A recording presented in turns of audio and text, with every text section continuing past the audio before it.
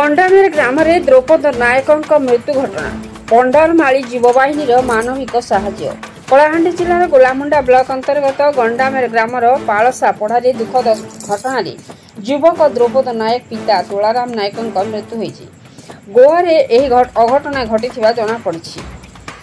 सरकार तरफ परिवार को 30,000 टंकार आर्थिक साहाय्य प्रदान कर मात्र सब गाँव को आने 80,000 टंकार आवश्यकता रही। द्रौपद परिवार एक गरीब और निरीह परिवार होइथिबारु एही खर्च बहन करिबारे असमर्थ थिले।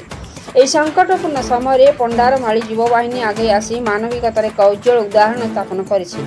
युववाहिनी सभापति श्रीजुक्त भवानी शंकर बणिया नेतृत्व में पंडारमाली समाजर समस्त साहाय्य अनुरोध कर समाजर कुलपति प्रकाश चंद्र नायक, सभापति ईश्वर पुजारी एवं आईन परामर्शदाता तथा पूर्वतन युववाहिनी सभापति दुर्गा प्रसाद नायकों निर्देश क्रमे समाजर अनेक व्यक्ति एकत्रित होई किछि अर्थ राशि प्रदान करथिले। एही सहायता नहीं भवानी शंकर बणिया, युववाहिनी संपादक लोकेश नायक, धर्मगढ़ एनएससी युववाहिनी सभापति सौम्य रंजन नायक एवं तांकर टीम गंडामेर ग्राम पहुंची द्रौपद परिवार को सांत्वना देथिले। सेमाने परिवार को 30,000 टंका आर्थिक सहायता प्रदान करने समस्त सहयोग सबको गाँव को आने सहायता करथिले।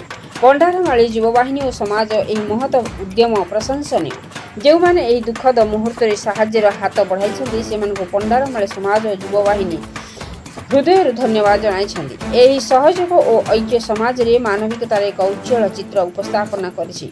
जूनागढ़ निर्वाचन मंडल जगजीवन साल का रिपोर्ट मसीहा न्यूज। आपण मसीहा न्यूज यूट्यूब चैनल को सब्सक्राइब कलेनि कि जदि करिनाहंती एबे करिनियंतु।